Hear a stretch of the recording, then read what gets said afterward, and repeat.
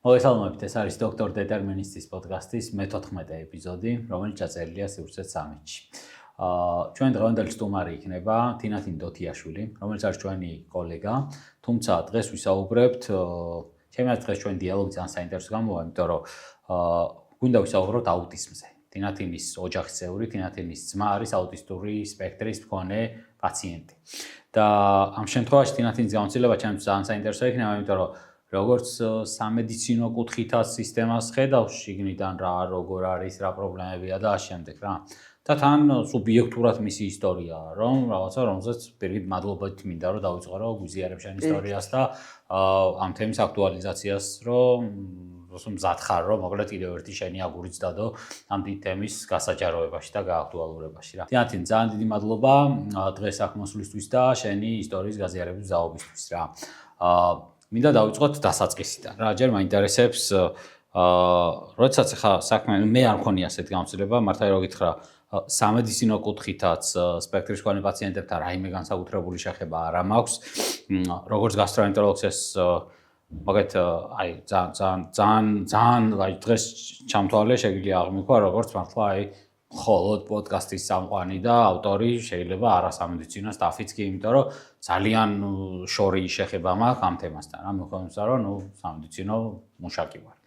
მინდა დავიწყოთ დასაწყისიდან რა და მინდა შენი ისტორია გაგვიზიარო, შენ ძმასთან დიაგნოსტირების პროცესი თავიდან როგორ იყო, როგორ დაისვა დიაგნოზი, რა სირთულეებს აწყდი და მე სხვა საინტერესო რაღაცებსაც მოვყვებით. კი ბატონო, მადლობა პირველ რიგში რომ მომეცა საშუალება თქვენთან ამ თემაზე ვისაუბრო. ჩემს ძმას რაც შეეხება, ჩემი ძმა დაიბადა 2003 წელს, როცა მე ვიყავი 5 წლის რა, 23 წლის არის ახლა ჩემი ძმა. და 23 წლის წინ ინფორმაცია აუტიზმის შესახებ ზოგადად საქართველოში ძალიან მწირი იყო. მაშინ აი პრაქტიკულად არ ვიცოდით რასთან მქონდა საქმე. ზოგადად ამ დიაგნოზთან შეხება უფრო გვიან მოგვიწია, იმიტომ რომ დიაგნოზი დაისვა თვითონ ძალიან გვიან. თავიდან ჩვეულებრივ ვითარდებოდა, როგორც ყველა ბავშვი, დაიწყო რაღაც სიტყვების თქმა, ბგერების თქმა, საუბარი მარტივ სიტყვებს ამბობდა და სიტყვათა კომბინაციებს და სადღაც წლინახევრის მერე შეწყვიტა ახალი სიტყვების დასწავლა. დედაჩემი, რომელიც ფსიქოლოგია და ზუსტად ამასთან ჰქონდა შეხება, მაშინვე შეშფოთდა და მალევე აღმოაჩინა, ან მალევე შეამჩნია. შეიძლება ვიღაცას გამორჩენოდა და მაშინვე განგაშიატეხა და მალევე დავიწყეთ უკვე მოძიება, რომ რასთან ჰქონდა საქმე. მე თანდათან სანამ ამ ძიების პროცესში ვიყავით, კიდევ უფრო გაუარესდა მდგომარეობა, იმიტომ რომ ის სიტყვები, რასაც ამბობდა და შეეძლო რაღაცების საუბარი კეთება, ესენიც ნელ-ნელა თანდათან დაავიწყდა. ამის მერე ძალიან ბევრი ექიმთან ვიყავით, დაწყებული რაღაცა ნევროლოგიური კუთხით გამოკვლევებისა, დამთავრებული რაღაცა სმენის შემოწმება, მხედველობის შემოწმება, ფსიქიატრიული პრობლემები, ყველა სფერო და ყველა კუთხე გამოვიკვირდეთ, სადაც კი შეიძლებოდა რამე კვლევის ჩატარება, მაგრამ სამწუხაროდ ვერ ვიღებდით პასუხებს, იმიტომ რომ მაშინ ძალიან ცოტა ხალხმა იცოდა საერთოდ აუტიზმი რა იყო და შეხებაც არ ჰქონდათ. თქვენ ჰქონდათ რამე ეჭვი? რამეზე ფიქრობთ უგახსოვს ხა მატერიალის შენ ძალიან პატარა იქნებოდი. არანაირი ეჭვი არ მქონია, იმიტომ რომ მახსოვს ძალიან კარგად ის ყველა ეტაპი, რაც ჩემო ოჯახმა გაიარა დიაგნოსტიკის, მეც პატარა ვიყავი, მაგრამ უკვე გონიერი საკმარისად დიდი იმისთვის, რომ გამეგო რა, ის გზა რასაც გადიოდა. იყო თან გემახსოვრება ხო? კი, ყველაფერი ძალიან კარგად მახსოვს და არ ვიცოდით რა ეს დიაგნოზი და თვითონ აი ნევროლოგებთან, ფსიქოლოგებთან რომ დავდიოდით, მათთვისაც უცხო იყო. მე ერთ-ერთ ცენტრში ვიარეთ, სადაც შედარებით უფრო კარგად იცოდნენ ასეთ ბავშვებთან თერაპიების მართვა, როგორ მოქცეული იყვნენ, რა გაეკეთებინათ და მაშინ უთხრეს ეჭვის დონეზე. თუმცა მაშინ საქართველოში დიაგნოზის დასმა ვერ ხერხდებოდა. ისედაც შედარებით გვიანი სპევა აუტიზმის დიაგნოზი. და მაშინ კიდევ უფრო გართულებული იყო, ჩვენთან არავის არ ჰქონდა იმისი არც საშუალება, არც ცოდნა, რომ პირდაპირ ესე დაესვა დიაგნოზი და როცა 7 წლის იყო, აი ამდენი წელიწადების შემდეგ უკვე 7 წლის ბავშვზე დაისვა დიაგნოზი, ისიც საფრანგეთიდან იყვნენ ჩამოსული ფსიქოლოგები და მათი კონსულტაციების შედეგად დაისვა დიაგნოზი და მე უკვე შედარებით უფრო შესაფერისი თერაპიები დაიწყო, თუმცა 7 წლის ბავშვზე ამ დიაგნოზის დასმა უკვე საკმაოდ გვიანია. ამასობაში უკვე საუბრის პრობლემა უფრო გაღრმავდა. ეს გონებრივი ჩამორჩენაც კიდევ უფრო განღრმავდა, რაც თავიდან არ ქონდა ისე ძალიან და ძალიან გაჭირდა ნორმალიზება სიტუაციის და რაღაცა იმის იმედის ქონა, რომ ლაპარაკს დაიწყებდა რა. დიაგნოსტიკა რატო ფერხდება მან შენი ექიმური კომენტარით საინტერესოა. რა როგორ ისმევა დიაგნოზის დასმელად რითი დაესვა დიაგნოზი იმ შვიცის? დიაგნოზი დაესვა მშობლებისგან ანამნეზის შეკრებით. იმიტომ რომ როგორც ეს ჩვენ ექიმებს რო გვაქვს რაღაც კვლევები და ამ კვლევების საფუძველზე ჩვენ გვაქვს დიაგნოზი აუტიზმზე ესე არ ხდება. ეს ხდება ანამნეზის შეკრებით მშობლებისგან, ეს ხდება თვითონ შეფასების ბავშვის ქცევის შეფასებით, სპეციალური კითხვარებით და ამით ხდება დასმა დიაგნოზის და ამიტომ უფრო გართულებულია, იმიტომ რომ თან ეხლა ცოტა შეიცვალა განვითარების გზები და ეტაპები ბავშვებში, რომ უფრო გვიან იწყებენ საუბარს უფრო გვიან და სხვანაირად ვითარდებიან ამ გაჯეტებზე დამოკიდებულების გამო და ამიტომ საჭირო რომ სადღაც ზუსტად არ მახსოვს, მაგრამ აი 2-დან 3 წლამდე არის ეს შუალედი, როცა ხდება დასმა თავიდან ხდება რაღაც სტატუსის მინიჭება, რო არის HTML-ზე, კი საეჭვო და მერე უკვე კიდე ხელახალი შეფასება და ამის დიაგნოზი რო თავიდან აერიდან ყველა გვიანი განვითარება არ ნიშნავს მაინც რა სპექტრის. იმიტომ შეიცვალა, ხა რაღაც გადავეცდა რაღაცას ხო უბრალოდ სხვა მიზეზებს დიაგნოზი არ ქონდეს და ძალიან ბევრი кейსი თავისებურება იყოს რამას რა. იყოფილა кейსები. მართალია, ბევრი кейსი ყოფილა, მაგალითად ისეთი кейსებიც ყოფილა, როცა ბავშვი გაჯეტებზეა დამოკიდებული, უბრალოდ ინგლისურად აქვს სულ კომუნიკაცია ყველაფერთან და უბრალოდ ქართული არ იციან. ესეთი кейსებიც ყოფილა და ნუ აღმოჩნდა რომ თურმე ბავშვმა საუბარი იცის, უბრალოდ ინგლისური ესმის იმას და მე იწყება თავიდან. სპექტრი კი არა, ასე კი, უბრალოდ სხვანაირად ვითარდება. საინტერესო. მერე დაისვა დიაგნოზი 7 წლის ასაკში დაახლოებით და რაღაცა იყო ეს რაღაცა იმედის მომცემი, რომ უკვე მიზეზი ვიცით რა ხდება და აბა ეხლა რა ვქნათ მენეჯმენტი როგორ დავიწყოთ. 7 წლისა შენ ხარ 12 წლის ჯერ კიდევ რა სამედიცინოსთან რაღაცა დიდად შეხება მაინც არ აქვს. არა, მაშინ არც ვფიქრობდი დიდად ექიმობაზე. იმოქმედა ამან რამენა შენს ისტორიამ, შენს მაგალითებაზე, რამენაირად, თუნდაც არაცნობიერად. მე ვფიქრობ რომ იმოქმედა, ისე რომ მკითხოთ და გიპასუხოთ, გეტყვით რომ არა. მაგრამ ზოგადად ჩემი პატერნი როგორც ჩამოყალიბდა და ის ფსიქოტიპი როგორადაც შევდექი ზრდასრულობაში, თავიდან ბოლომდე მგონია რომ ამის გავლენა. ორნი ხართ ოჯახში და-ძმა, კი, და-ძმა, მხოლოდ მე ვარ და ის ძმა და აი რაღაცა დედობრივი ინსტინქტებით გამიღვივა, ჩემს ხელშია გაზრდილი. აი როგორც შვილს ისე აღვიქვა პრაქტიკულად და შენ მის დიაგნოზი სანამ საინტერესოა რომ როგორ გაიგე საერთოდ რაზე იყო ლაპარაკი, სპექტრი, სხვანაირია ძმას რაღაცა ჭირს. რაღაცა მე სხვადასხვა მიმღებლობა მქონდა ძალიან მარტივად რა, უფრო დედაჩემს გაუჭირდა თავიდან, ოღონდ ის კი არა რომ რაღაც მიუღებლობა ქონდა, ანუ არ ყოფა უბრალოდ აი რაღაცა რატომ მოხდა ეს, რატო დამემართა ეს თავის თავში, ოღონდ არასდროს არ გაუჟღერებია ხალხში, ოჯახში, მე არასდროს არ მსმენია დედაჩემისგან რაღაცა ცუდად რო აღიქვა ეს დიაგნოზი და ამან ძალიან კარგად იმოქმედა ჩემზე, იმიტომ რომ მე თვითონაც მე უკვე ძალიან მიმღებელი ვიყავი ამ დიაგნოზის მიმართ და დედა არ იყო რაღაცა არ დაიძაბა ამ დიაგნოზზე და არ იმას და შენცეც ეს გადმოგედო რა, ძალიან მნიშვნელოვანია რა. ანუ არ მქონდა ის შეგრძნება რომ რაღაცა ცუდი ხდებოდა მაინც და მაინც შემთხვევით, უბრალოდ თავიდანვე გავიაზრო რომ რაღაც სხვანაირი იყო საქმიანად მეუდექი და დავიწყოთ მართვა ეხლა რა. რა უქნათ ამისთვის. მაგაზე გადავერთე ზუსტად რომ ყოფილიყავი უფრო მოტივირებული როგორ დავხმარებოდი ოჯახს სხვადასხვა საქმეში დამეტოვებინა ჩემი ძმა იმასთან კომუნიკაცია დამემყარებინა და ეხლაც აი ამდენი ხანია უკვე 29 წლის ვხდები და ჩართული ვარ ძალიან ამ სიტუაციაში მისი დატოვება, ყურადღება. შიში და რაღაც საერთოდ არ ხო? არა, იმიტომ რომ ვერ გავიაზრე უფრო. აი მე უფრო გავიაზრე, დიდი რო ვიყავი, რომ რაღაც პასუხისმგებლობას გრძნობ. რომ ის შენი პასუხისმგებლობა რაღაც დროის მერე სულ მთლიანად შენს პასუხისმგებლობად გადაიქცევა. და ეს რო გავიაზრე, ცხადად რო გავიაზრე, მაშინ ვხვდი რომ ეს იმ წამს კი არ მქონდა გააზრებული, აი მართლა რაღაცა 10-12 წლის ასაკიდან მქონდა გააზრებული და აი ეს პასუხისმგებლობა მაგასაკში ავიღე.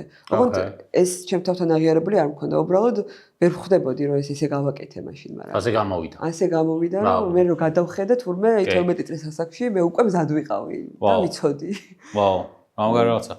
იმიტომ რომ დღეს შენი უკვე პროფესიული დახმარებაც ხა მართალია ეს არა შენი ხა პროფესიული თემა პულმონოლოგიას ეუფლები და მომავალ პულმონოლოგი იქნება, მაგრამ ფილტვების ექიმი რა.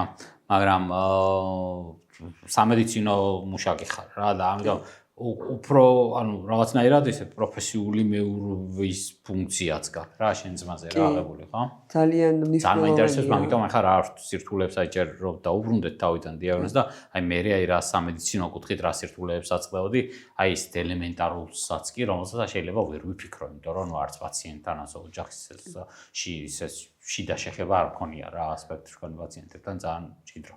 დაუბრუნდეთ იმ სულ დასაწყისს. ახლა დიაგნოზი დაიწყო და დაიწყო ახლა პაციენტის მართვა და რაღაცა ტიპის პრობლემების წინაშე დადექით დაწყებული რაღაცა რა ვიცი, რა პრობლემების წინაშე, სამედიცინო პრობლემები, სოციალური პრობლემები, აი ყველაფერი მაინტერესებს ეგ რა ტიპის პრობლემები ქონდა. სხვათა შორის შედარებით იმედიანი სიტუაცია ჩემს თვალში სოციალური კუთხით.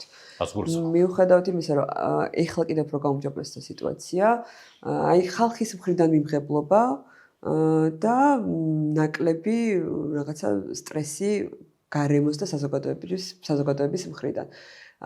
თუმცა არის ცუდი შემთხვევებიც ხდება, რომ მაგალითად უჭერს ტრანსპორტში გადაადგილება, ყველას არ აქვს იმის საშუალება, რომ მანქანით ატაროს საკუთარი შვილი, ხო? და ზოგჯერ ყოფილა, რომ როცა უჭირთ ბევრ ხალხში ყოფნა, ისტრესებიან ამ სტრესის ფონზე, ზოგჯერ შეიძლება იტირონ და გარშემოყოფები მეტნაკლებად შეწუხდნენ და ამის გამო ძალიან ბევრი მშობელი აწყდება პრობლემებს, რომ აი ჩაიყვანე, ყოფილა შემთხვევები, რომ ავტობუსიდან ჩამოუგდიათ მშობელი ბავშვთან ერთად. მართლა. და ძალიან ბევრი ცუდი ისტორია მსმენია მსგავსი და საბედნიეროდ თლად ეგეთი ცუდი სიტუაცია აღარ არის, იმიტომ რომ ხალხის მზაობაც შეიცვალა, მიმღებლობაც შეიცვალა, უფრო იციან, თან უფრო მომრავლდა ესეთი кейსები და უკვე ყველას ყავს ნაცნობი მინიმუმ აი გაუგია მაინც ვიღაცაზე, რომ აი აუტისტია და უბრალოდ აღარ არის ეს დაავადება, რომ ვა ეგ რა არის, სადღაც რაღაცა ყურში, რაღაცა ნიუსიდანაც მაინც მოგხვდება. და მაგიტომ აი სოციალური კუთხით მეტნაკლებად გაუმჯობესებული სიტუაცია. არიან ადამიანები ჩვენს გვერდით პრობლემურები და ნუ თუ მათი ქცევა არის პრობლემური საზოგადოებაში, დიდად ახლა ამას შეცხადება და თავში იმის წაშენა არ ჭირდება. ამას ნელ-ნელა შევეგუეთ ყველა ფენში სოფლებშიც, რეგიონშიც, შემიძლია ვთქვა, ნეტა ასე. ისიც რა არ მქონია შეხება დიდად, მაგრამ აი ჩემს ირგვლივ მაგალითად სანათესაურში, საახლობლოში რაც მსმენია ისტორიები, უფრო უკეთეს სიტუაცია რა თქმა უნდა თბილისში. მაგრამ ну ალბათ არის მაინც რჩება ის ლოკაციები და ის კატეგორია ხალხის, ვისთვისაც მაინც არ რჩება. არ არის სხვათა შორის მანდ გარდა იმისა, რომ მე საერთოდ რა პრობლემებიც გვაქვს ქართველებს, ახლა ჩემ სუბიექტურ აზრებს გამოვთქვა.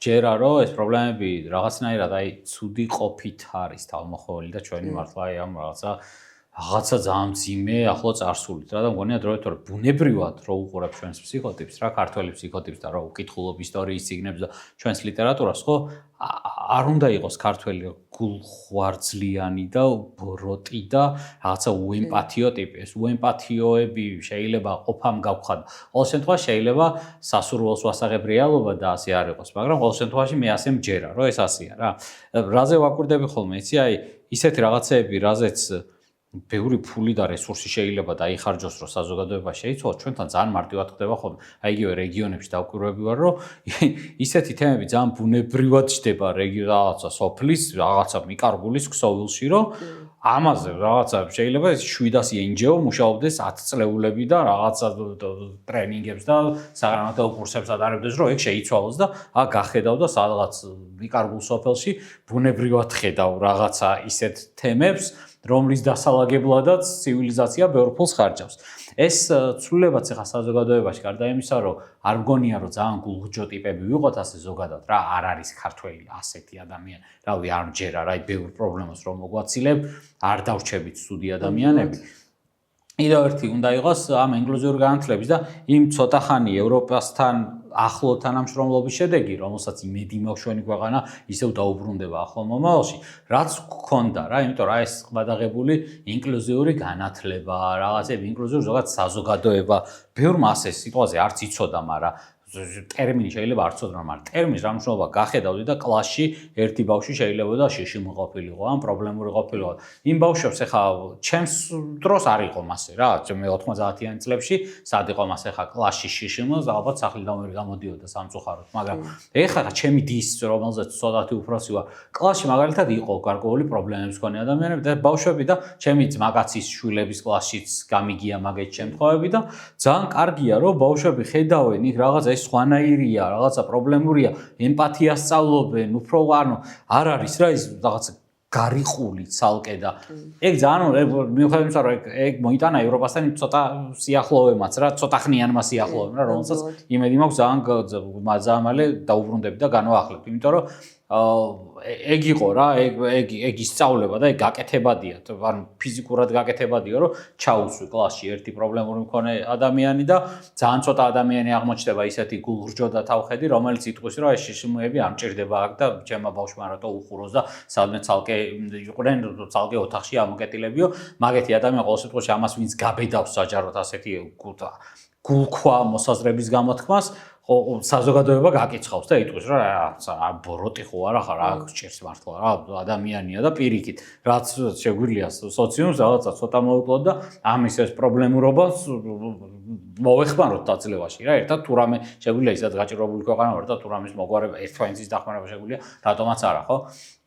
ეგ მოიტანა მეც მაგიტომ მეც მეჩვენება რომ ეგ ცოტა საზოგადოება რაღაც კუთხით ან ბუნებრივადაც არ ვიყავით ეხლა ის რომ რაღაცა ვინც პრობლემურია ჩავქოლოთ ჩანასახშივე ასეთი ტიპი ქართველი არ იყო რაღაცა მცირე რიცხოვანიერი ვიყავით და ასე ალბათ არც ვიქცეოდით ადრე და ეხლა და ამ ბოლო პერიოდმაც მოიტანა რა სანამ ევროპასთან ცოტა რაღაცა დონეზე შევეხეთ იქაც ვნახეთ რომ ეს მასე იყო კი განსაკუთრებით ახალ თაობაში უფრო მეტი მიმღებლობა, უფრო მეტი სითბოი გრძნობა და ბევრჯერ შემეჩნევია რა ზუსტად ის რომ შეიძლება არ იცოდეს ადამიანმა რომ რა არის ინკლუზიური განათლება საერთოდ როგორ უნდა მოიქცეს, რა უნდა გააკეთოს, მაგრამ რაღაცნაირად შინაგანად ინსტინქტის დონეზე ზოგჯერ ადამიანები ხვდებიან როგორ უნდა მოიქცნენ. არ ტყავს სწორად რა. კი, რაღაცნაირად თავის გულის ხმას რომ იყვებიან, უფრო იციან მოქცევა, რომ ხა ჩემი ძმა, რომელიც არავერბალურია, ინსტრუქციებს არ ასრულებს, ზოგჯერ ძალიან თავნებად იქცევა და მაგალითად მაღაზიაში უყვარს ძალიან შესვლა და იმ მაღაზიიდან უნდა გამოზიდოს ყველაფერი,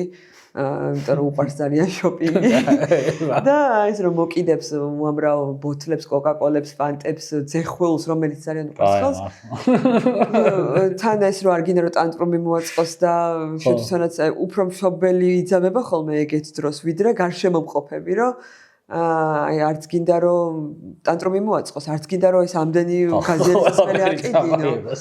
და თუნდაც ამ დროს ჭირდება ხოლმე დამშვიდება, ან უბრალოდ ის რომ მიუშვა, რომ არჩიეს თვითონ რაც უნდა ცოტა მეტი დრო ჭირდება გადაწყვეტილების მიღებისთვის, რომელი კონკრეტული უნდა რა და თუნდაც მაღაზიებშიც, რიგში დგომის დროსაც ძალიან ბევრჯერ შემჩნევია ხალხისგან ზუსტად ეს ემპათია, რომელთაც არავინ არ ასწავლა და არავინ არ უთხრა რომ ესე უნდა მოიქცე და ესეა სწორი, უბრალოდ ეს შინაგანად უბრალოდ მიმღებლობა აქვს ამის და ეს რაც დრო გადის, უფრო და უფრო იცვლება და ძალიან მიხარია მიუხედავად იმისა რომ კიდევ ხო ამრეზით ასე ოსოყოშ ხშირი ის არ ქონია ხო ასე რაღაც ასე დაიხედა ვიღაცას რომ რა არის ეს. კი, სულ მაგასობა გამიმართლა თუ მართლა ესე კარგად მიდის ყველაფერი არ ვიცი, მაგრამ გამიმართლა ძალიან ბევრ სიტუაციაში, რომ ჩემს ირგვლივად, ჩემს მეგობრებში, კოლეგებში, ვისთანაც მქონია გადაკვეთა და ამ თემაზე საუბარი, ძალიან მიმღებლობა და დადებითი უკავშირება. კიდევ მომყევი რა, ეს რაღაცა სოციუმთან მისი შეხება, მაღაზიის ეგ რომ ყველაფერი გამოაქვს რაღაცა. ტრანსპორტით რასა პირად მანქანით გადაადგილდებით თუ ტრანსპორტით დაკავთ ხოლმე არ უწევს გადაადგილება, იმიტომ რომ მანქანით ძალიან რთულია ტრანსპორტით გადაადგილება. ოღონდ რთული იმიტომ არა რომ რაღაცა გამაღიზიანებელი ქცევა აქვს. უბრალოდ ერთი მოძრაობის გაკეთება, რომ ადგეს მაგალითად და გავიდეს ოთახიდან, მისთვის არის სტრესული და ძალიან ბევრი ეტაპის გადალახვევს, არ ვიცი ალბათ გონებაში. ჯერ უნდა ადგეს, სანამ მოიფიქრებს, როდის ადგეს, თან აქვთ განმეორებითი ქმედებები აუტისტებს და კი სტერეოტიპური ქსები და უნდა რამდენჯერმე ერთი და იგივე მოძრაობა გააკეთოს, მაგალითად ხელის რაღაც არ ვიცი რამდენი მოძრაობა და მე წამოდგება სკამიდან. ეს არასდროს არ იცი რამდენი და ტრანსპორტში ვერ იმაშვები ხო ვერ დაელოდები. თუ გაყევი ახლა და ტრანსპორტში ჩასვი შეიძლება მოგიწევს ბოლო გაჩერებაზე, ან შეიძლება კიდე იმასაც გაყვედა მეორე წელზე მოგიწევს. ვერ დააჩქარე, ხო? კი, არა, თეთრანი დიდია. მართლა მიიღებ ძინავდეგობას. გაგიჭირდება ძალიან რომ რაღაცა წამოაყენო შენი. და ალბათ შიც არა, ხმაური მეტრო დუგდუგი რაღაცეები ალბათ ხმოვანი რაღაცეები გამაღიზიანებლებს და დაწაბავს. დაწაბავს, იმიტომ რომ ნებისმიერი უცხო გარემო მათთვის არის სტრესი. და ხალხმრავალი და თუნდაც აი უცხო სიტუაცია რაც არ უნდა შეხვდეს. ელემენტარულად აი სეირნობის დროსაც კენჭი შეიძლება არ მოეწონოს, თან ცოტა განკარგულებების მიცემა უყვარს და თვითონ ზარმაცია და აი სიარულს აი ეს კენჭი უნდა რომ შენ გადაუხორო და ოღონდ შეიძლება ასეთი კენჭი შეხვდეს მილიონი ხასფას თავისივე კენჭები აქვს და აი მასთან ერთად სიარული არის 100 მეტრს შეიძლება გადიოდე 3 საათნახევარი და აი ამ დროს მაგალითად აი ხალხში თუ უწევს ტრიალი და სეირნობსაც ხალხით სეირნობს მაგალითად ლისზე დავდიოდით ხოლმე რაღაც პერიოდი ეხლა უბრალოდ მართლა იმდენი ხალხია ჩემი ძმა კი არა და ნეიროტიპიური ადამიანები არა მეც არ მინდა მანდ მისვლა იმიტომ რომ მიჭირს ხმაურია და აღარ მინდა მე თვითონ მაგრამ ნუ რასაც დავდიოთ იყო ხოლმე შემთხვევები რომ მაგალითად უყარს განსაკუთრებით ბოთლებით თამაში რა მოწას აი წყლის ბოთლი შეიძლება ამოიჩემოს და იმითი ითამაშოს და ყოფილა რომ უცხო ადამიანთან მისულა და წაურთმევია ეს ბოთლი რა და ჩვენ კი სულ მეთვალყურების ქვეშ გვყავს რომ ეს ბოთლი რაღაცა დავუბრუნოთ იმ ადამიანის ბოდიში მოვხადოთ და აი რაღაც აგრესია რომ ვაიმე ეს ვინარი და გააჩერეთ და რასაკეთებს ესეთი დამოკიდებულებები არ ყოფილა ხო რომ მაშინვე ხვდებიან მით უმეტეს თუ მოასწარი და აუხსენი რომ აიმე იცით აი აუტისტია და რაღაცა კაი არაუშავს აი შენი იყოს და სულ გაჩუქებ ან რიგში ყოფილა რომ დაუთმიათ ადგილები რაღაცნაირად სულ გვიმართლებს კიდევაც ალბათ რა. მეტი აი სოციუმთან შეხებაში მოდი რა ხან ეგ თემა დავიწყეთ. სოციუმთან შეხებაში მინდა გავაგრძელოთ ახლა ექიმებთან შეხებაში რა მაგ კუთხითაც. ახლა სამედიცინო პროცედურები პრობლემურ პაციენტს მოუწევს ბევრი და ბანალური პროცედურებიც კი მისთვის შეიძლება უფრო რთულად დასამენეჯმენტებელი იყოს თან ისე რომ შეიძლება ახლა თუ როცა არ გვაქვს პრობლემა ვერც ვიფიქროთ რომ ეგ პროცესი რამე სირთულეს წარმოადგენს აი ჩვენ რო ლაპარაკობდით მაგალითად ჩაწერამდე აი სტომატოლოგია ცალკე რამე ის იქნებოდა რამე თემა იქნებოდა სპექტრის მქონე პაციენტთან მართლა გულწრფელად არ მიფიქრია ამაზე და მე რო დავფიქრდი ხო იდეაში სერიოზული თემა ბანალური რა ველის დაპყრობა რაღაცა სტომატოლოგიურ პროცედურაც მინდა რომ მომიყვე გამოცდილებაც მედიცინასთან რა დონის ზოგადად რა პრობლემები აქვს არა აქვს და რა დონის ურთიერთობა გაქვს და რას წააწყდი და მე შენ თვითონ ხა შენ ძალიან ბევრი წაიკითხე უკვე ამ თემაზე და ეს პროცესი არა სასრული არა და 12 წლის ასაკში იყავი უკვე ამ თემაში გამოცდილი და ეხლა მით უმეტეს სამედიცინო განათლება რო გაქვს ეგ მოგეთ ვიცი რომ ამ თემაზე ძალიან ბევრს მუშაობ და ეგ შენი ისიც არა ჰობი არ ქვია ამას რა ანუ მოგეთ ოჯახის წევრია პრობლემური რომელსაც უვლი შენ თვითონ რა და ბევრი რამის კითხვა გიწევ და ბევრზე მეტი იცი რა ამ სფეროში და მინდა რომ აი ეს სამედიცინო პრობლემებზე თან ხო ვილაპარაკებთ ახლა როგორ რა დონეზე შეეჩახე მედიცინას და თან აი შენი რჩევებიც მაინტერესებს რა რომ არის რას გააკეთებდი სხვანაირად და პატარა დისკუსიასავით გქონდეს რომ რა გამოა რა არ გამოა მაგაზე ვიმშელოთ იმდენ რა ბატონო ან სამედიცინო მომსახურება ზოგადად ნებისმიერი რაც შეიძლება დაჭირდეს ძალიან დიდი გამოწვევა არანეიროტიპიურ პაციენტებში შეიძლება თლად აუტიზმი არ იყოს სხვა რომელიმე დაავადება იყოს ადამიანი იყოს უბრალოდ არანეიროტიპიური რომელსაც შეიძლება ფოთვას უღუებდეს ნებისმიერი უცხო გარემო, ნებისმიერი სიახლე და თუნდაც გადავადება რაღაცის რა და უფრო გზაში დაჭირდა 10 წუთი იყო გათვლილი რომ უნდა დაჭირებოდა და დაჭირდა აი 12 წუთი და ის მაშინვე ძალიან გრძნობიარეები არიან ესეთი ადამიანები ნებისმიერი ცვლილების მიმართ და ყოველთვის ძალიან რთულია ხოლმე დაგეგმო ექიმებთან ვიზიტის აი წეგან რაზეც ვსაუბრობდით რომ აი მიმღებლობა და რაღაცა შინაგანი ემპათია რაც ქართველებს გვაქვს, აი რასაც ვაკვირდები, ექიმებთან ვიზიტის დროს, აი ყოველთვის ექიმები გვხვდებიან მართლა შინაგანი ინსტინქტების დონეზე ძალიან ემპათიურები და თბილები და გამგებიანები. იმიტომ რომ მათ არ უსწავლიათ როგორ უნდა შეკრიბონ ანამნეზი, აი ჩივილები როგორ უნდა მიიღონ აუტისტი პაციენტებისგან, ისიც კი არავის არ უსწავლებია ჩვენთვის.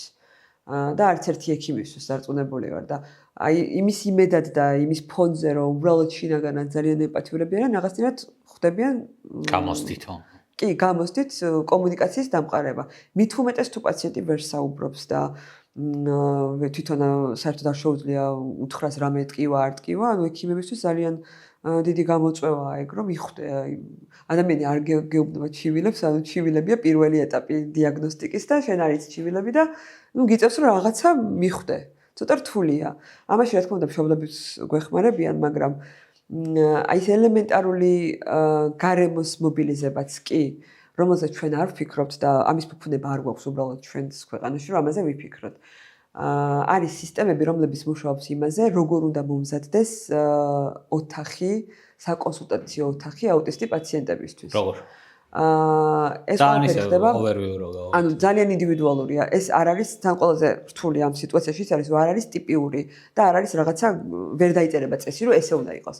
უნდა იყოს პირობითად გასაუბრება მშობელთან, რომ რა აღიზიანებს. რა ეხა ჩვენ აქ სადაც ხედავთ, აი მაგალითად ხედავ სურათებს რა და შეიძლება მშობელმა უთხრას, რომ აი რაღაც ეს ფერი აღიზიანებს.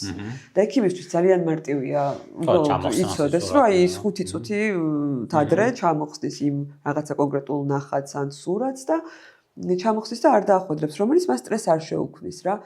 აი ესეთი რაღაცებიც კი გარემოსთან ადაპტაცია. დეტალები აი როგორ შეიძლება მომწადოთ ოთახი არ ვიცი. განათება, მაგალითად ყვითელი და თეთრი ნათება შეიძლება იყოს ვიღაცისთვის გამაღიზიანებელი და შფოთვა მოამოდოს. ექიმისთვის უფრო მნიშვნელოვანია რომ ის კონსულტაცია იყოს რაც შეიძლება მეტად ინფორმატიული.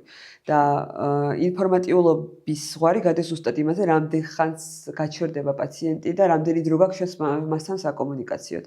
პლუს მენეჯმენტი დროის, რაც ძალიან მნიშვნელოვანია. ჩვენთან ხო არის რაღაც გარკვეული დრო ყველა კონსულტაციის დროს განსაზღვრული.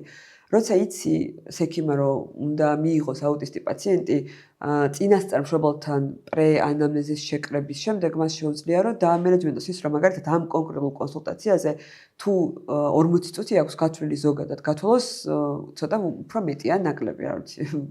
არ მგონია ნაკლები დაჭირდეს, მაგრამ ალბათ უფრო მეტი. ან თუნდაც იმის მზაობა, რომ თუ დაჭირდება манипуляცია, ვიტალური პარამეტრების შემოწმება, მაგალითად წნევის გაზომვა. აწონვა, აი თქვენთან რო ვიყავით ვიზიტზე, აი ჩემი ძმა იყო ვიზიტზე, სადაც დაჭირდა სასწორზე დადგომა, გაუჭირდა არ დადგა სასწორზე. პრობლემა. და აი ამისთვის შეიძლება ექიმმა იცოდეს, რომ დაჭირდება ცოტა მეტი დრო. წნევის გაზომვა მაგალითად არის ის უცხო სხეულია, ხელზე შეხება არ მოწონს, მით უმეტეს უჭერს და არც მე არ მსიამოვნებს წნევის აპარატის. ხო რა, გიჭერს ხო. გაკეთება და ყოველთვის იცია ხოლმე ეს მშობლებმა. სხვა ხალხთან კონტაქტი ახლა მაფიქრე. კი, უცხო ხალხთან კონტაქტი რა თქმა უნდა. ახლა წეს ყავს რა ასისტენტები ბევრი და გუნდურად მუშაობ პაციენტს, მაგრამ ამ ტიპის პაციენტთან შეიძლება არ ღირდეს, რომ კიდევ ბევრ ხალხთან გაცნობით დაიღალოს და ჯობია პირდაპირ ერთ შეხვდეს ხა მარტო და სხვა რიგში დგომა. რიგები ხო თავის ეგ ყველა ვარიანტი ხა რიგში ეგ ჩემი აზრით ისედაც ექიმმა უნდა იცოდოს, რომ თუ რიგის თავიდან არიდება შეუძლია, ჯობია რომ აირიდოს ხა და ჩაწერით მიიღოს პაციენტები. მაგრამ აი მან მეორე მომენტიც არის, რომ აქ მარტო ექიმების ჩართულობა არ მგონია, აი უფრო მშობლების ჩართულობაც უნდა იყოს, იმიტომ რას გულისხმობ? მაგალითად კონსულტაციაზე რომ რეკავდა სატელეფონო კონსულტაციაზე რომ ეწერება. და უნდა გააფრთხილონ წინასწარ, კი. კი, უნდა გააფრთხილონ, რომ ისინი მზად იყვნენ, იქნებ გთავაზობენ სერვისს. ნუ არ ვიცი რამდენად საქართველოში გთავაზობთ რაღაც განსაკუთრებულ სერვისს მორგებულს, მაგრამ ახლა გააჩნია კლინიკებს, ხა ვინ არ გულისხმობ ისეთ კლინიკებს, ახლა თუ არის საქართველოში რამე კლინიკები, რომელიც აი სპეციალურად აუტისტური სპექტრის მქონე პაციენტებს მართვაზე არიან ორიენტირებული, იმათ შეიძლება ქონდეს რამე განსაკუთრებული სერვისი, მაგრამ ახლა ზოგად კლინიკები, მაგალითად, სადაც მე მუშაობ, რა არაფერი სპეციალური სერვისი სპექტრის მქონე პაციენტებისთვის, აქ ამბულატორია გასტროენტეროლოგთან რომ მოვიდეს, არ აქვს, მაგრამ მაგას აგვარებს აი ჩართული პაციენტი. რო დამირეკავდა რომ მეტყვი რომ სპექტრის მქონე პაციენტი აქვს. მე იმას აბსოლუტურად ღია ვარ, რომ ეგ თემები გავიარე და პირიქით მოусმინო პაციენტს, რომ სიტუაცია აი ეგ დეტალები ეხაც გავიგე რა, ეგ ისა რომ მაგალითად ახლა ის ხო უეჭველი მოგვარებადი პრობლემაა, რომ დავიცი აი ბოლო პაციენტად მოვიდეს რა, რომ ოდნავი რისკი მაინც ავირიდოთ. თავიდან ხო შეიძლება ხა წინა პაციენტის მეც ჩაწერი დღებულობ, მაგრამ შეიძლება წინა პაციენტს შეხვდე და რა ვიცი გაიწეროს 20 წუთი ნახევარ საათი ვერ მიიღო პაციენტი თან მანამდე თუ გავითვალ სხვა პაციენტი, ვისაც ნეიროტიპიური პაციენტი, ვისთან რაღაცა პრობლემები ამ კუთხით არ აქვს, ხო? ის 20 წუთიდან ნახევარ საათი პრობლემა არ არის და ელაპარაკება უმცროსი ექიმი, მანამდე საქმეს წინ გაწევს, აქ საქმეს წინ ვერავინ ვერ გაწევს. ეს პაციენტი პრობლემური უნდა იდგეს დერეფანში, უნდა გაღიზიანდეს და ხო რა, ზედმეტი პრობლემები გამოიწვევს. ამიტომ რაღაცე მაგა რომ სიტყვაზე რო გეტყვის პაციენტი რომ ამ ტიპის პრობლემები გვაქვს, ბოლო პაციენტი უეჭველი ბოლოს მე პაციენტად დაიბარებ, ეგ ერთი.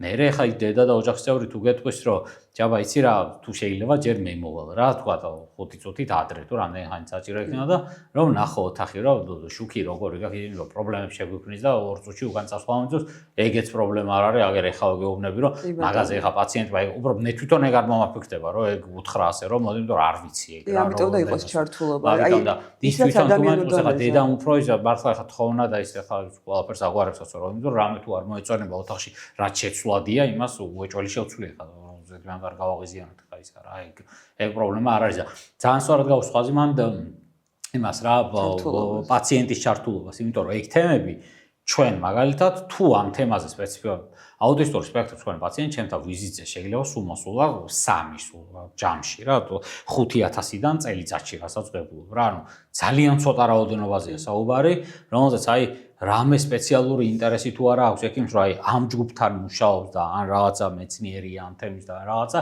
ისე ფიზიკურად ვერ გვექნება დიდი გამოცდილება რა მით უმეტეს გასტროენტეროლოგიაზე თუ ასაუბარი რაც ერთ-ერთი ყველაზე პრობლემურია ამ ტიპის ადამიანებში იმიტომ რომ ანამნეზის საკრეფა პრაქტიკულად შეუძლებელია ექიმის მხრიდან ძალიან რთულია და ძალიან კიდევ დიდ დახმარებას მოითხოვს რომ იქ აი რამე გააკეთო რა და შეიძლება ექიმებმა ცოტა ისე ვიცეთ რა ანუ აუცილებელი მინიმუმი გავაკეთოთ და იმის იქით ვერც დავეხმაროთ რა პაციენტს რა ამ ცოდნის არარსებობის გამო ზუსტად და მაგ დროს აი ჩახო კოლაბორაცია ექიმთან ხო მე რა თუნდაც ექიმი არც იყავაც შეიძლება ექიმი ახლა გაგიმართლა უბრალოდ რომ გაგიმართლა რა ექიმი ხარ და უფრო მეტი იცი და უფრო მეტად დაუსმენ ადამიანს თორე ექიმი რომც არც იყო ისედაც აი მე ხარ როგორც ექიმი მაგრამ ქონია კიდევაც ახლა კი არ თეორიულად კი არა ქონია შემთხვევა რომ აი პაციენტი ძალიან აი რაღაცა იშვიათი და ისეთი დაავადების მქონე სპექტრს არ გულისხმობს რა სხვას მილაპარაკია მისი ოჯახის წევრთან რომ ესეც წინასწარი მოთელვითი რაღაცა გავლა ამ თემების მქონია და რა თქმა უნდა ეგ არც იმაზე რა ხა რაღაცა არ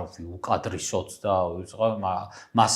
მასე ექიმი ფილტრიცაა ექიმის რომ ხა მასე ვინც დაუდგება მასე ექიმი რომ რას მელაპარაკები ხა მაგის დრო მახსოვს იმაზე არც მივა და არც უნდა მიხვი ის არც გამოგვადგება ის ექიმი რა ესე იგი რა ასე რომ მან პაციენტის ჩართვაზე და პაციენტის ოჯახის წევრების ჩართულობაზე სწორი თქვი იმიტომ რომ ანამნეზი იდეაში ოჯახის წევრებისგან გვიწევს რომ შევაგროვოთ და ეხლა ეს ოჯახის წევრი თუ პაციენტი მოუსვენარია ვერ ახერხებს მის გაჩერებას რა თქმა უნდა ვერ დაამყარებ კონტაქტს და ვერც პაციენტთან ვერც იმასთან და ნუ აზრი არ აქვს ხა დრო იგარგება თულიოთ რა და რესურსები არის რაღაცები რაც აი ადამიანური რესურსის დონეზე გვარდება. აი უბრალოდ რაღაცებზე ინფორმაცია რო გქონდეს უფრო მეტი ექიმებს. დარწმუნებული ვარ და ღრმად მჯერა რომ არ ვიცი 99%-ს ვიტყვი ექიმების რომ ამაზე უკან არ დაიხევს რა რომ ზაობა გამოთქვას რომ რაღაც სხვანაირად მიიღოს პაციენტი უბრალოდ სხვანაირად მოიმზადოს მის მისაღებად. თან გარდა მაგის აი ანამნეზის შეკრებაზე კიდე მეორე მომენტიც არის მაგალითად არის სხვადასხვა სწავლებები კურსები, სადაც თვითონ აუტისტი პაციენტები საუბრობენ და ლაპარაკობენ რა გამოწვევები აქვთ ექიმთან ვიზიტის დროს.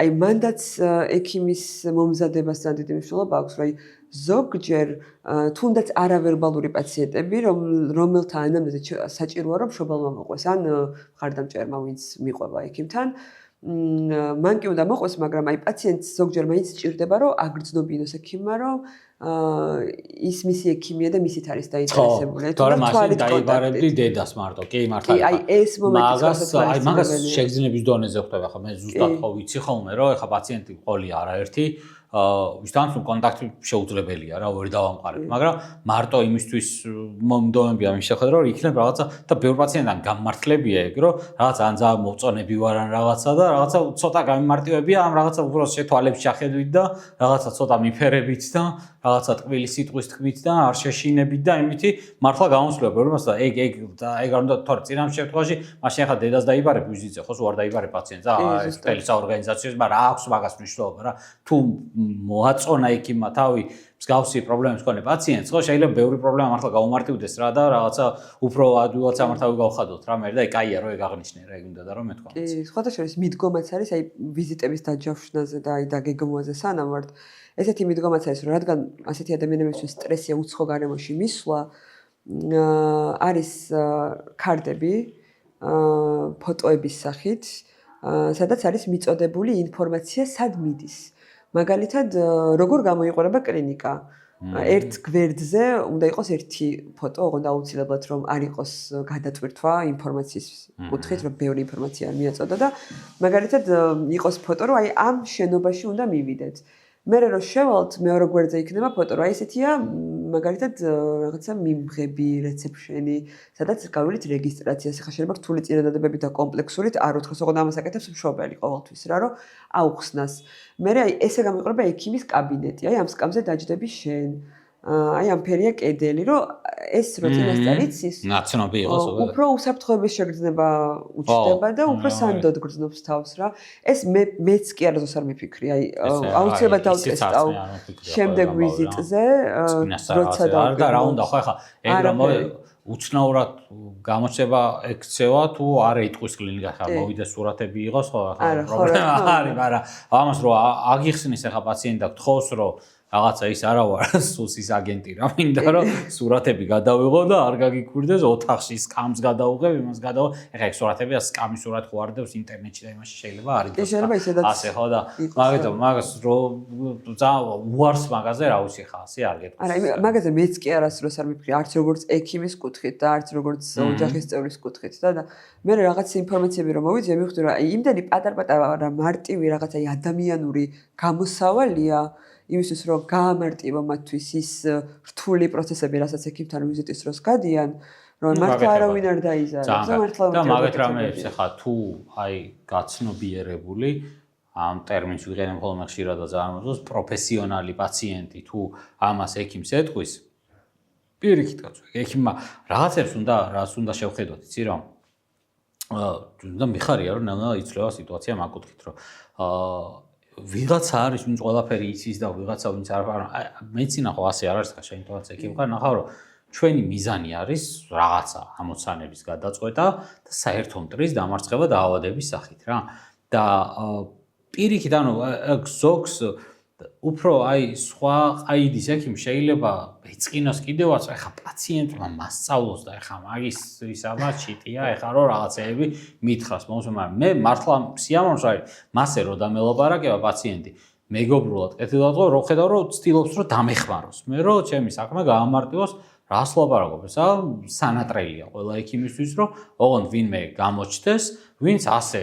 მოვა და მეგობრულად მოგიდგება რომ აგერ საერთოდ გაგიჭირდება ვერ გააკეთებ ვერც კონსულტაციას ვერც დაეხმარებ და ხო გინდა რომ დაეხმარო აბა ისე ექიმი რანაირად ხა თუ არ გინდა დაეხმარო აბა რას ხუშავ ხო და რო გინდა რომ დაეხმარო მოდი აგერ ამ ჩევებს მაქციან ეს გავაკეთო და ძალიან დიდი სიამოვნებით დავყვები მაგ იმას რა მასე ინდივიდუალურად იმასე იცნა მაგრამ ეხა ეს ცოტა მარტივ რაღაცას ხვდები. ეს ხვდები ხა კონსულტაციას. სადაც ინვაზია საჭირო არ არის. ეხა შენ მხარი ინვაზიური ამბები როგორ ხდება. სადაც უკვე ჩხლეტა, ნემსი, პროცედურა, ამოღება, აი რაღაცეები როა საჭირო. ეგ კონსულტაციას კიდევ ხო რაღაცნაირად დამენეჯმენტებადია, რასაც მეუბნები, მაგრამ ინვაზია და ინვაზიების დავყვათ, მოდი როგორ იცი?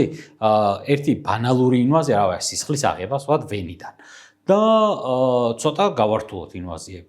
ნუ გავართულოთ ინვაზიები ხა ქირურგია ჩემი აზრით მაგ კუთხით მარტივი იქნება, ანესთეზია გაკეთდება და ის არის რა. თუმცა ეგეც არ არის მარტივი. ხო, ეგეც მაინტერესებს. აი ესენი ქონია ოპერაცია რა, რადონის ინვაზიურ პროცედურებს ჩაგიტარებიათ? ქონია ანესთეზია დაჭირდა სტომატოლოგიური პროცედურისთვის, მაგრამ აი ის გზა მაგას სანამ გაივლი მაგამდე არის ძალიან რთული და დამღლელი. მე ძალიან გამიმართლა რაღაცეებში, აი მაგალითად თუნდაც დაგეგმვა წინა ანესთეზიის წინა კვლევების უფრო გამარტივები და ყოველთვის კლინიკაში ვმუშაობდი რა ვიცი 19 წლიდან და ვიცოდი იმ კლინიკაში რომელსაც უნდა მიმიყვანას, რომელ ოთახში უნდა შემეყვანა, აი ამის ფუფუნება მქონდა. ხო, აი მაგალითად კარდიოგრამის გადასაღებად არ მიმიყვანია არასდროს ოფიციალურად ეს რა. ხო და მივსულარ მე თვითონ ემერჯენსში ვმუშაობდი და მქონია ფოქსირებული პალატა, სადაც ეხა უარს არც ერთი კლინიკის ხელმძღვანელი მაგაზე არ გეტყვის, შენი უფროსი რო თხოვ რა, ჩემით დავაწვენ და ერთ ქაღალდზე კარდიოგრამას გადავიდა. ამას არავინ არ დაგამატლის და აი ყოფილა შემთხვევა რა ესე გამიკეთებია იმ ანესთეზიაზე რაც დაგჭირდა სტომატოლოგიური პროცედურისთვის მასე მოვიქეცით. ოღონდ ნუ აი ჩემი მეგობარი მივიყვანე, ჩემი მეგობარი რომელიც იქ მუშაობდა. ანესთეზიამ დემოსამზადებელ კვლევებს. კი, აი ეს ელემენტარულად კარდიოგრამის გადაღება. კარდიოგრამას. კი. რომელიც ერთ-ერთი აუცილებელი კვლევაა და სხვადასხვა შორის მიუხედავად იმისა, რომ ვინც გადავიღეთ თანამშრომლები ვიყავით, ანუ ისევ ჩვენი სტაფი რა, უბრალოდ იცნობდა ჩემი ძმა და ესეც უფრო სანდოობას ქმნიდა მისთვის ჩემის. აი, ცოტა ეს როგორ ბენეფიტია ხო ის. კი, გაუმართლა რაღაცებში ფუფუნება შეხვდა რა, რომელიც ყოველს არ ხვდება. აბა რა. მაგრამ მაინც გაგუჭირდა კარდიოგრამის გადაღება, იმიტომ რომ ის დაწვეს და გაჩერდეს. მიკროს რაღაცა. გამორიცხულია და თუ სწორად მახსოვს, სრულყოფილად ვერ გადავიღეთ. მხოლოდ ძირითადი განხრები გადავიღეთ, აი კიდურებზე დავამაგრეთ, გულმკერდის განხრები ვერ შევწერეთ სრულყოფილად, იმიტომ რომ ძირითადად არტეფაქტებით იყო სავსე ხა ის კარდიოგრამა და რაღაცნაირად რამდენიმე გადავიღეთ, ზოგან ის ჩანდა, ზოგან ეს ჩანდა და რაღაცა შევაერთეთ და რაღაც საერთო სურათი ესე გავაკეთეთ. ჭირდება ანალიზები ასე. ანესთეზიამდე სიტყვაზე, დაგინშა რაღაცა ანალიზები. აუცილებლად საჭირო ანალიზები. ანალიზების პრობლემა კიდე ძალიან დიდია, მაგრამ ახლა შედარებით ამარტივებს სახლში გამოძახება ლაბორატორიის. რაც ვთვლი, რომ მე ამას ავირჩევდი. თუ აქვს რა თქმა უნდა საშუალება ოჯახს. იმიტომ რომ თუ დაფინანსებით ხდება ამის გაკეთება, დაფინანსებით არ მგონია რომ ამის ფუფუნება კონდეს პაციენტს, რომ აი ლაბორატორია სახლში გამოიძახოს. ანუ თუ სახელმწიფო დაფინანსებით იკეთება, აუცილებლად უნდა მიხვიდე კლინიკაში თვითონ და იქ ჩაიტარო ეს პროცედურა. ფული როგორ იხდება ხო? კი, მაგალითად, თუ შენ იხდი და იძახებ კერძო ლაბორატორიას, ისინი მოდიან. მენეჯმენტებადია. რა ეხლა ზოგიერთ საქმე მუშაობ იდეაში იქ გამოძახების და ადგილზე მისვლის საფასური არ განსხვავდება. საფასური ერთი და იგივე არის. მაგრამ ხა იქ ხო ხა იქ გამოძახებაზე ხა იქ იქნება ხა ფულს როგორ იხდი, მაგას ეკნება რა იქ ალბათ მნიშვნელობა იქ დეტალები არ ვიცი, მაგრამ გონი მოგვარებადი დეტალებია, უბრალოდ ნუ ბევრი დროის დახარჯვა უნდა რა წინასწარ დალაპარაკება კლინიკასთან იმასთან, რომ ესაა სახში კი მომამარა ფულს ასე გადავხდი ასე მაგრამ მაინც დაალაგებადი ერთ თემა მე კი, დაალაგებადი, უბრალოდ ბიუროკრატია გიწევს რა გზაში. ძალიან ბევრი. კი, სეტიმენტი ბიუროკრატია ვიდრე. არც კლინიკაში მიყვანა დარწმუნებული ვარ, არც ერთ მშობელს არ ეზარება, უბრალოდ ლაბორატორიაში რომ მიიყვანო, შეიძლება ჩხრეტაზე რაღაცა მწვავე რეაქცია ქონდეს, წამოხტეს, რაღაცას ხელი მოკიდოს, გადააყირავოს, რაღაც დააზიანოს, ინვენტარი მაგალითად რა, აი რაღაც შიშისგან მაგალითად ეგეთი. ანუ ხალხია მაინც რა ლაბორატორიაში ბევრი. უზმოდ მივიდა დილით რაღაცა, ხო რა. პრობლემა და რა თქმა უნდა სახლში. ირილი ხალხი ბავშვებიც იღებდნენ სიცხეს, ტირის ვიღაცა ქაოსი შეიძლება იყოს რა. სახლში ჯობია ნაცნობ გარემოში, უფრო ისე მშვიდად ოჯახის წევრების გარემოსში და ჩვენ მაგალითად ეს ავირჩიეთ, როცა დაგვჭირვებია სახლში გაკეთება. და თვითონ წყლეტაზე, ნუ რაღაცა როგორ ძალიან დიწინააღმდეგობას აწყდები. აი, მან ყველაფერი ზოგადად ინდივიდუალურია, გააჩნია პაციენტს. აი, ჩემს პირად გამოცდილებაზე რაც შემიძლია გითხრათ, დაგვჭირდა ყველა ოჯახის წევრი, მე, დედა, მამა, დაგვჭირდა ჩემი მეგობარი, რომელიც ამაში დაგვეხმარა. ასევე ექთანი იყო მაშინ ისიც და მეც ექთნები ვიყავით, სანამ ექიმობას დავიწყებდი, ექთნობით დავიწყე და მაშინ ჯერ კიდე ექთანი ვიყავი და ასე ორმა ადამიანმა ერთი ჩხლეტით რო გაგვეკეთებინა, აი რაღაცა შევცვალეთ რა სტრატეგიები მაგალითად, ანუ ვაკუტაინერით არა უღეთ სისხლი და კათეტერი ჩაუდგით და იქედან ავიღეთ და ისე ჩავასხით რა. აი რაღაცა შევცვალეთ სტრატეგიები და ცოტა რაღაც წესებით მოგვიწია რომ დაგვერღვია, მაგრამ სხვანაირად არ გამომიდოდა. გაკავება რაღაცებით და გაკავება დაჭირდა და როგორც წეღავთ დიდი ატანით და ძლიერია და ცოტა რთულია მოერიო, საკმაოდ ესეთია ჭარბიწონაც აქვს და მამა ჩემის დახმარების გარშე გაგუჭირდებოდა ძალიან მისი დაკავება, იმიტომ რომ აგრესიული არ არის, უბრალოდ ხა რო გიჩხლეტენ და შენ რო არ ხარ ამისთვის მზად, ნებისმიერი ადამიანი აუცილებლად ხელს აიქნებს მინიმუმ, ხო და მით უმეტეს ხა თუ მოსახლეში არის ჩხლეტ, ესეც გასასვლელებელია, რომელი ლოკაცია აირჩიო. მე როგორც მე თვითონ რამდენადაც მიჩხლეტია, არასდროს არ ვჩხლეტ მოსახლეში, იმიტომ რომ თუ მოხარა, შეიძლება ის ნებსი ჩაუტყდეს, ხო? ამიტომ ყოველთვის მტევანზე ვამჯობინებ ხოლმე, უბრალოდ დაფიქსირდეს უნდა ცალკე მტევანი, ამ ნაწილში უნდა მოხდეს მტევნის ზედაპირზე ჩხლეტა, რომ ფიზიკურად ვერ მოხაროს სხვანაირად და ისე მერე სისხლის აღება. ანუ აქაც რაღაცებია გასაცდელია და მნიშვნელოვანი რა, რაც მან და ზუსტად მნიშვნელოვანი ჩართულობა ოჯახის წევრების, რომ აი არიან სხვათა შორის აუტისტი პაციენტები, ვისაც არ აქვს პრობლემა. არ იმასთან რა ეგ მაგას რო გეტყვის ახლა ოჯახის წევრი რომ აქ არა, იმიტომ რომ ეს მოხდება და აქ რა. კი, შეიძლება იქთანი არ დაფიქრდეს მაგაზე. მექანიკა ხო განა, იმიტომ რომ რაღაცა ცუდი ერთანია, მართლა არ დაფიქრდეს რა ასე რა ის. მე უბრალოდ წუთას ვერ გაახსენე. კი, აბა რა. შეიძლება მოხდეს. მან და მნიშვნელოვანი რა ძალიან მნიშვნელოვანია მაგრამ რა ოჯახმა რომ იცოდეს დეტალურად რა წესები. კი, უნდა დაეხმაროს რაღაცნაირად სიტუაციის უფრო დაალაგებაში და აი ანესთეზიის წინამომზადების დანარჩენ ეტაპებზე რომ ვისაუბრო, ну აი ლაბორატორია ავიღეთ, ხო და ეს დროში იწელება ძალიან რა. ანუ კარდიოგრამასაც და იმასაც ერთ დღეს ვერ დაამთხო უკვე, იმიტომ რომ ძალიან სტრესია და გაიწელა რაღაცა მახსოვს საკმაოდ დიდი ხანი რა გავიდა და ყოველთვის რა თან ამანალიზოს მე დროხო უნდა ხო იმასაც რაღაც პერიოდში და მოასწრო ანესთეზიის ჩატარება ხო იმიტომ რომ მე ხო აღარ არის ვალიდური 5 თვის წინამდელი კი და ეს კიდე ცალკე ამაზე კიდე ცალკე ჩქარობს ოჯახის წევრი და თვითონ ანესთეზიის პროცედურა აი სანამ შეიყვანდნენ ეს იყო კიდე ცალკე პრობლემა რომ ანუ სანამ დაიძინებს პაციენტი ჯერ ხდება გაკეთება სპეციალური ანესთეზიის მედიკამენტების ხარ რასაც აკეთებენ და ამაზეც მოგვიწია ანესთეზიოლოგთან რაღაცა ერთად დალაპარაკება და მოფიქრება რომ აი როგორ დავაძინოთ ძირითადად იყენებენ ხოლმე პირდაპირ ხდება რაღაცა ფენტანილით დაძინება და შემდეგ უკვე დანარჩენი ძილის აწყობა ნუ ეს ანესთეზიოლოგებმა უკეთიციან მაგრამ აქ ჩვენ სხვანაირად მოგვიწია ანუ არა სტანდარტულად ნუ მაინც სტანდარტში ჯდება მაგრამ ну სხვა პაციენტთა შეიძლება იგივე არ ყოფილიყო რომ მაგალითად გავაკეთეთ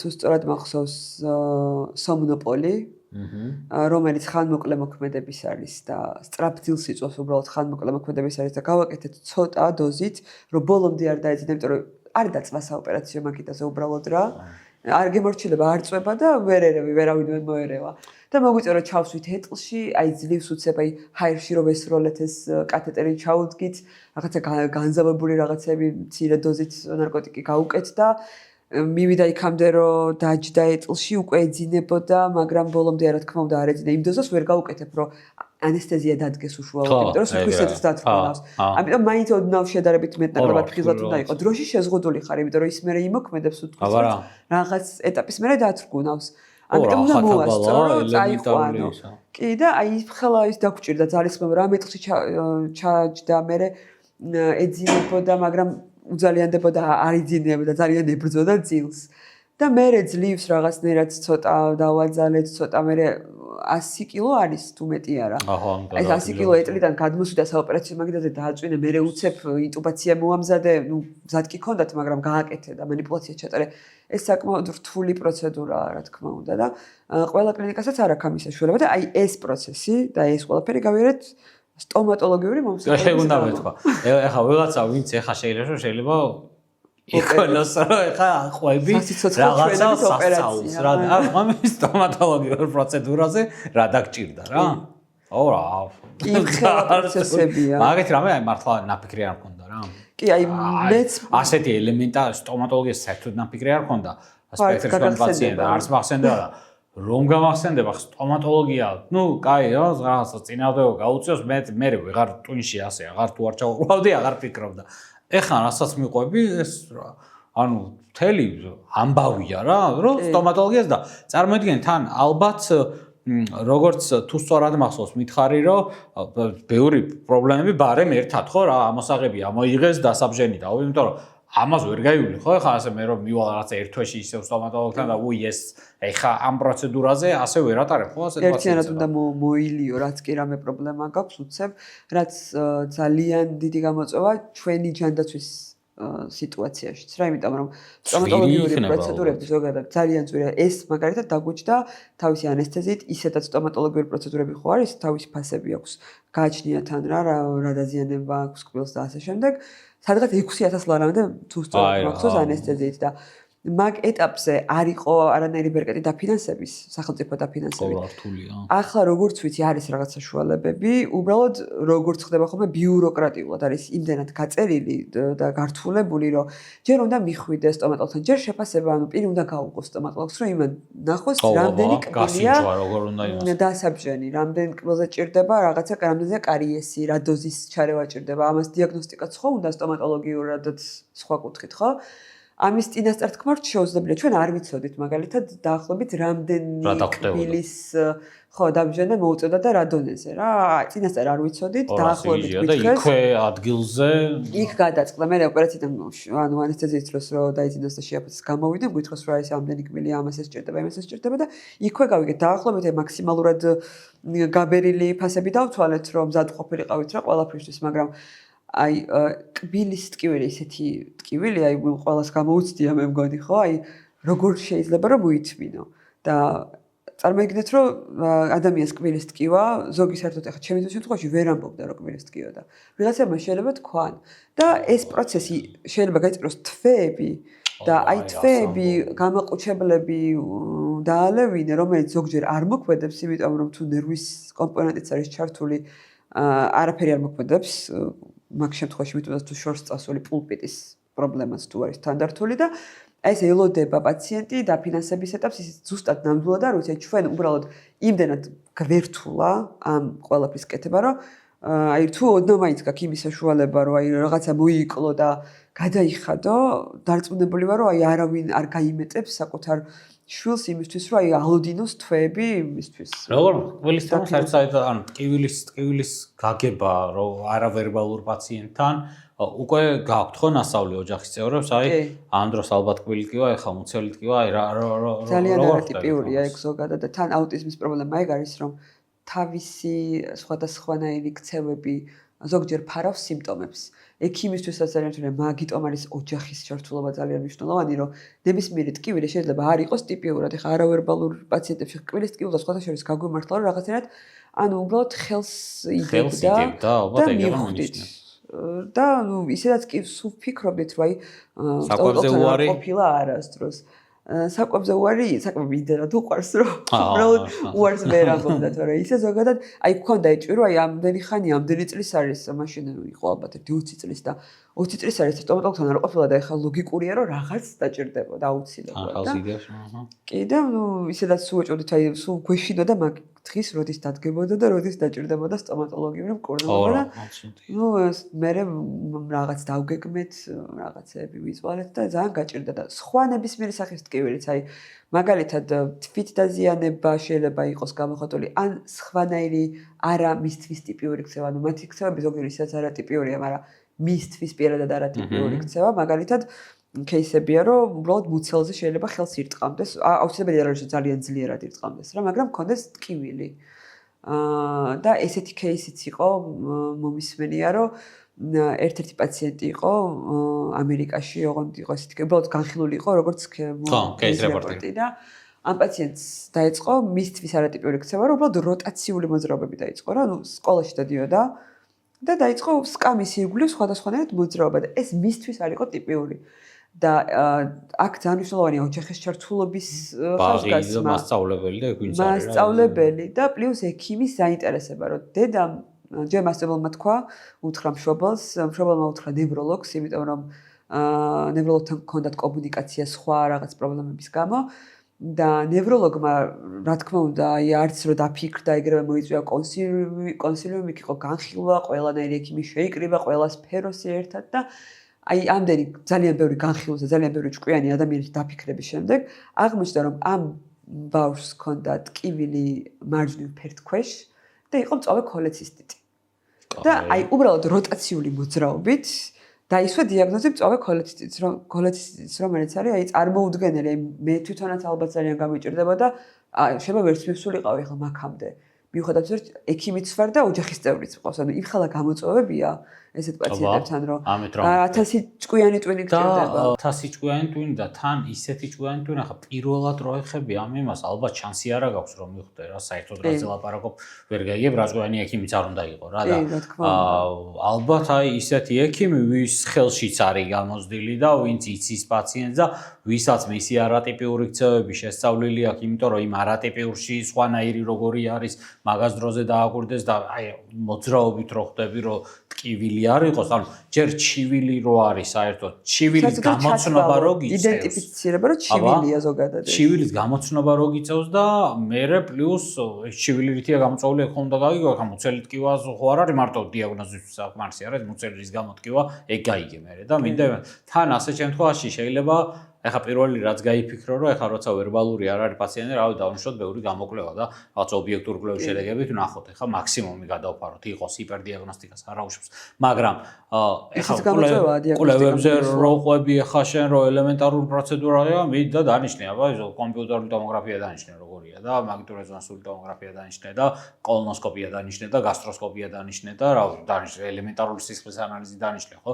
და აგერ ვსურაფიოთ განავლის ანალიზი შეიძლება ვერ დანიშნო პაციენტთან და ელემენტარული კვლევები, არაინვაზიური კვლევები შეიძლება პრობლემური იყოს და მანდაც იჭედები რომ მაგითაც ვერ გადაფარო, ну, კაი, ანამნეზს ვერ კრიფავ, მოდი ბევრ კვლევას დავნიშნავ და იმით მაინც იქნებ რამეს მივხვდე. ეგეც პრობლემაა. ხო, რა რთულია, როგორ უნდა მე მგონი ესეთი რა საყურადღებო, აი ქირურგიული ჯანმრთელობის პრობლემა არ ქონიათ, ხო? ასე არაფერი. საბედნიეროდ ამ დრომდე არაფერი, მაგრამ აი სულ მაგის ის მაქვს რა, აი დაძაბულობა, რომ აი იქ ის რამე არ ჭირდეს, აქ ის არ ტკიოდეს, თან რო ვერ ამბობს ვერ ხვდები. აი არ ვიცი ალბათ 1-2 წელია მინდა რომ მუცლის ეხოსკოპია ჩაუტარო და ვერ ვუტარებ. იმიტომ რომ ვერ მივედი იქამდე რომ აი მაგალითად გეგმიურად მინდა უბრალოდ ამის გაკეთება განავთვლი რომ რამე ჩივილი აქვს რა. აი ვერ დავემენეჯმენტეთ მისი ვიზიტისთვის მომზადება უბრალოდ. მიუხედავად იმისა რომ ხა შემიძლია კონკრეტულად მოვიძიო ეხოსკოპისტი რომელიც ამას გააკეთებს კლინიკაში მივიყვანო, სადაც მე თვითონ ვმუშაობ. აი რაღაცნაირად შემიძლია ეს ყველაფერი მოვაგვარო, მაგრამ მაინც იმდენად დამღლელია ეს პროცესები და იმხელა გამოწვევა ყოველთვის ოჯახისთვის, რომ საქართველოს პაციენტებს ეხა ეს არის ჩემი როგორც პაციენტის უარყოფითი მხარე, აი ქართულ პაციენტს რაც ახასიათებს, რომ ის გეგმიურ კვლევაზე არასდროს არ მივა. ნაკლებად მივა, იმიტომ რომ სანამ არ შეაწუხებს დაავადება და არ გაუმწვავდება და არ დაჭირდება გადაუდებელი ჩარევა და დიაგნოსტიკა არ უყვარს ექიმთან გეგმიური ვიზიტები ქართულ პაციენტს და აი აქ უკვე ჩემი როგორც პაციენტის რაღაცა მინუსებიც იკვეთება რა და პლუს დამატებული ეს გარემოება რომ კიდე უფრო მეტი გამოწვევა მაქვს ამ შემთხვევაში კიდე უფრო ეს ქართველი ცუდი პაციენტი და პლუს აუტისტური სპექტრი უფრო და პლუს ექიმის მხრიდანაც მანდ გამოწვევა რომ აი მართლა ხა ეგ რო ახსენე რომ წავე რაღაცა ბანალური თუნდაც წავე რამე გასტროენტეროლოგიური თუ არა გასტროენტეროლოგიური პრობლემა რომ გამოიცნო იმიტომ რომ მანდ ეხა შენი მონაყოლიდან გამომდინარე ხა რომ ჩავფიქრდი აი მე რო ოჯახის წევრი მყავდეს ხო იდეაში ექიმის იმედა შეიძლება ვერ ყოფილიყავი, იმიტომ რომ სანამ ექიმი მიყვება იმას რაღაცა კენჭი შედევა აქვს თუ რაღაცა რა პრობლემა აქვს, ალბათ პირველი მე უნდა ვიყო, ვინც მივხვდები, იმიტომ რომ უცხო ადამიანი არავერბალურ პაციენტთან, რომელთანაც ჩივილს ხვდები მოძრაობით და რაღაცა ძალიან უცნაური რაღაცეებით, ანუ ძალიან გაგიჭირდება დიაგნოზის დასმა ექიმს რა, ჩემ თავზეც გულისხმობ აგერ მაგას პატიოსნად გეუბნები და მაგ კუთხით აი შენი როლი აი მსგავს ტიპის პაციენტების ოჯახის წევრების როლი კიდევ უფრო ძალიან იზრდება რა რომ ხშირ შემთხვევაში და სხვა შორის ეგ მინდა რომ ექიმებმაც ვინც მოისმენს ამ იმას რომ რახან აი ასეთია ამ დროს რა დიაგნოზი რახან რაღაც მწვავე მუცელი შეიძლება ვერ მიხვდეს ხო ექიმი რომ ანამნეზს ვერ გაიგებს რა თქვა და რაღაც უცნაური რაღაცეები შეიძლება ჩივილი გამოვიცნოთ ძალიან უნდა მოსმენა პაციენტი მშობელს რა და ოჯახის წევრს, იმიტომ რომ ისინი გვეტყვიან მან რაღაცეებს და იქ ალბათ აი ასეთი დაკვირვებული ოჯახის წევრის ამ შემთხვევაში როგორც ჩვენ ხარ, არც ერთი სიტყვა ნაგავში გადასაგდები არ იქნება ექიმისთვის რა, იმიტომ რომ იქნებ რამეს წააწდეს, იმიტომ რომ კვლევაც ვერ ინიშნება, ის ვერ ინიშნება, ეს რთული არის ძალიან რა.